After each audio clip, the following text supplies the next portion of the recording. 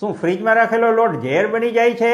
જેને નાળી નેફાની ખબર ન પડતી હોય એવા લોકો સોશિયલ મીડિયામાં રાડારાડી કરતા હોય છે કે ફ્રીજમાં રાખેલા લોટની રોટલી ખાવાથી ગેસ અને એસિડિટી થાય છે, કારણ કે એમાં આથો આવી જાય છે. તંબુરો, જો આથો આવવાથી પાચનની સમસ્યા થતી હોય તો લોકો ઇડલી, ઢોસા અને દહીં શા માટે ખાય છે? એમાં આથો આવે છે. ફ્રીજમાં રાખેલો લોટ જરા પણ હાનિકારક નથી. થાઈલેન્ડ, મલેશિયા અને ચીન જેવા દેશોમાં લોકો બાંધેલો લોટ ફ્રીજમાં રાખે છે, છતાં પણ ભારતના લોકો કરતા સરેરાશ 10 વર્ષ વધુ જીવે છે. દુનિયાના સૌથી પ્રખ્યાત બેકિંગ નિષ્ણાતો પણ તેમના બાંધેલા લોટને ફ્રીજમાં રાખે છે. તેઓ આખો દિવસ માટે અને કેટલીક વાર તો અઠવાડિયા માટે પણ આવું કરે છે.